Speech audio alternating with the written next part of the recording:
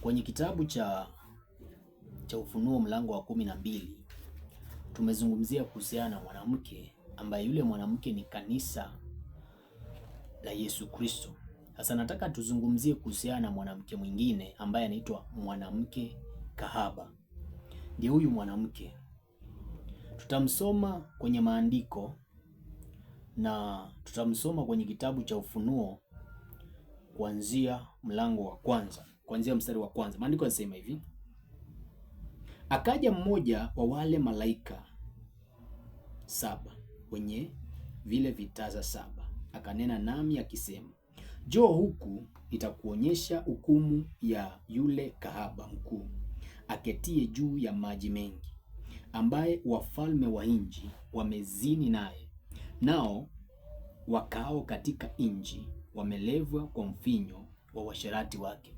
Yohana anachukuliwa na malaika, anaambiwa ya kwamba njoo huku ni kuonyeshe hukumu ya kahaba, hukumu ya kanisa ambao ni kahaba, kanisa ambao inachukua mafundisho kinyume na yale mafundisho ya Kristo. Anaambiwa kuja ni kuonyeshe hukumu yao. Bwana Yesu asifiwe sana. Anaambiwa kwenye mstari wa 2, ambao wafalme wa nchi wamezini naye, nao wakao katika nchi wamelevwa kwa mvinyo wa uasherati. Anaambiwa wafalme wa nchi wamezini, na maana kwamba wameshirikiana ili kanisa, wameshirikiana mafundisho ili kanisa wakalipokea, lakini pia wakao katika nchi wamelevwa ama wamelewa kwa mvinyo wa uasherati wake. Ina maana kwamba watu wa nchi wamefundishwa wakalewa na haya mafundisho kiasi kwamba sio rahisi ukawatoa kwenye yale mafundisho. Bwana Yesu asifiwe sana. Anapoongelea kuhusiana na kanisa ambao ni kahaba, tunaongelea kuhusiana na kanisa ambayo inaabudu sanamu. Na unajua, kulingana na kile ambacho tunakifundisha ni kwamba kuna kanisa ambao ile kanisa ni ya Rumi, wanaabudu sanamu, wanaabudu zile mikufu wanaweka huku, wako na masanamu ambao wameweka kwenye kanisa wanaziabudu. Sasa ndio kanisa ambayo inazungumziwa hapa kwenye kitabu cha Ufunuo mlango wa 17. Mstari wa 3 unasema hivi: akanichukua katika roho hata jangwani, nikaona mwanamke ameketi juu ya mnyama mwenye mnyama mwekundu sana, mwenye kujaa majina ya makufuru, mwenye vichwa 7 na pembe 10. Huyu ndiye mwanamke ambaye tunamzungumzia.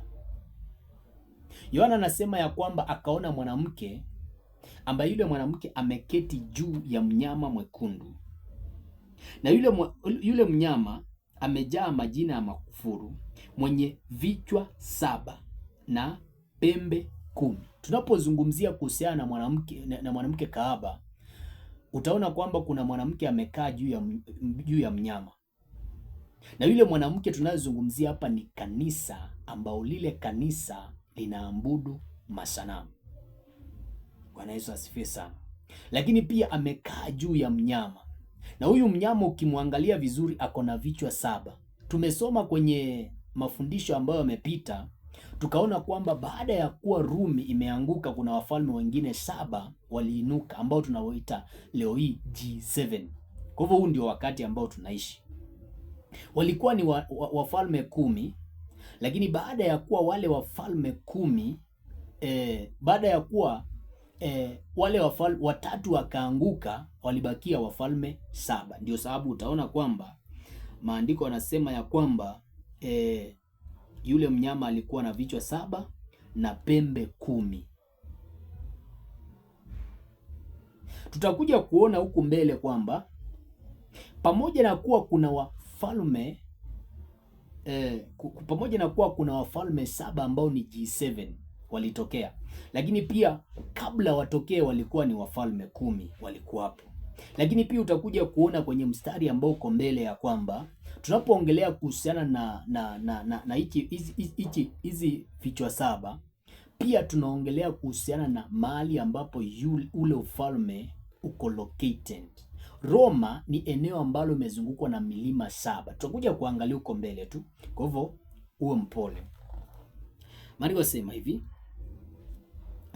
mstari wa 4, na mwanamke yule alikuwa amefikwa nguo ya rangi ya zambarau na nyekundu, amepambwa kwa dhahabu na kito cha thamani na lulu, naye alikuwa na kikombe cha dhahabu mikononi mwake kilichojawa na machukizo na machafu ya uasherati wake.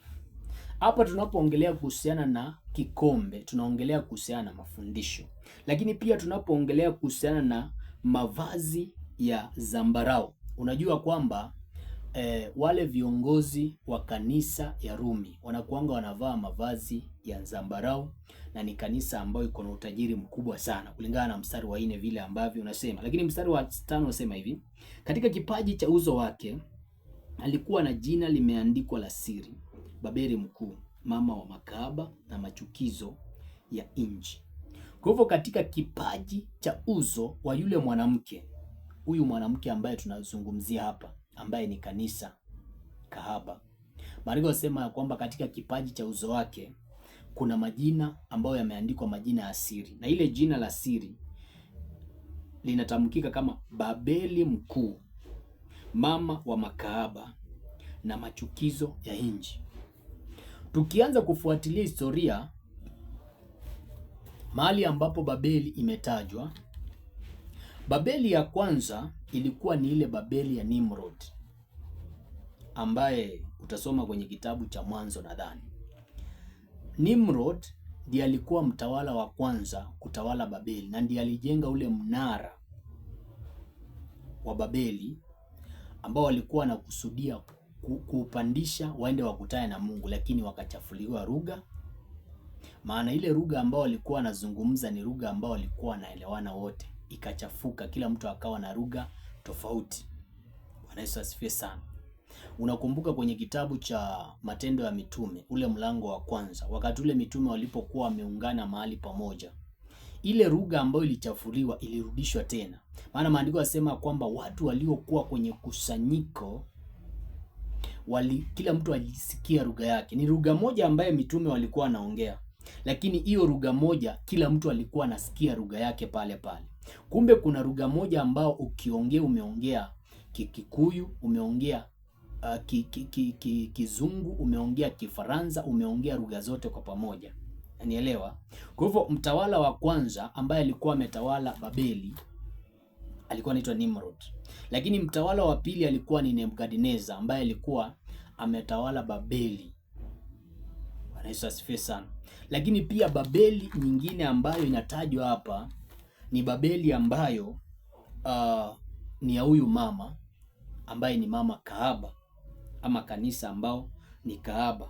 Bwana Yesu asifiwe sana. Kwa hivyo tunapozungumzia kuhusiana na kanisa hili na jina ambayo imewekwa kwenye kipaji cha uso, tunazungumzia kuhusiana na tabia za hili kanisa, kwamba hili kanisa iko na tabia ya Babeli, na tukaona kwamba Nimrod ndiye alifanya lugha zikachafuliwa. Nimrod ndiye alijenga mnara wa kuelekea Babeli. Kwa hivyo inamaanisha kwamba hili ni kanisa ambalo linataka kujiinua juu ya Mungu, ni kanisa ambalo linataka kufanana na Mungu, ni kanisa ambaye viongozi wake watataka kuwa kufanana na Mungu, ama kuweka kiti chao wafanane na Mungu. Lakini pia ukiangalia kwenye utawala wa Nebukadneza alikuwa na tabia ile ile tu. Ndio maana Nebukadneza alitengeneza sanamu ili aabudiwe. Lakini pia ukiangalia Nebukadneza alikuwa ni mtu ambaye alikuwa anatesa taifa la Israeli. Ukiangalia watu kama Danieli, watu kama Meshach, Shadrach na Abednego ni watu walipitia kwenye mateso makubwa sana kwenye utawala wa Nebukadneza. Bwana Yesu asifiwe sana. Kwa hivyo ili kanisa liko na tabia ya Babeli.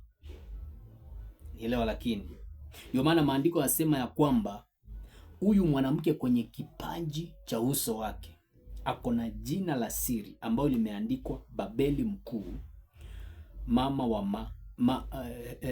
mama wa makahaba na machukizo ya nchi. Kwa hivyo tunapozungumzia kuhusiana na mama wa makahaba, ina maana kwamba yeye ni kahaba lakini ako na watoto wake ambaye amewafundisha ukahaba. Lakini tunapoongelea kuhusiana na jina la siri kwamba ili kanisa wanafanya kazi kwa siri.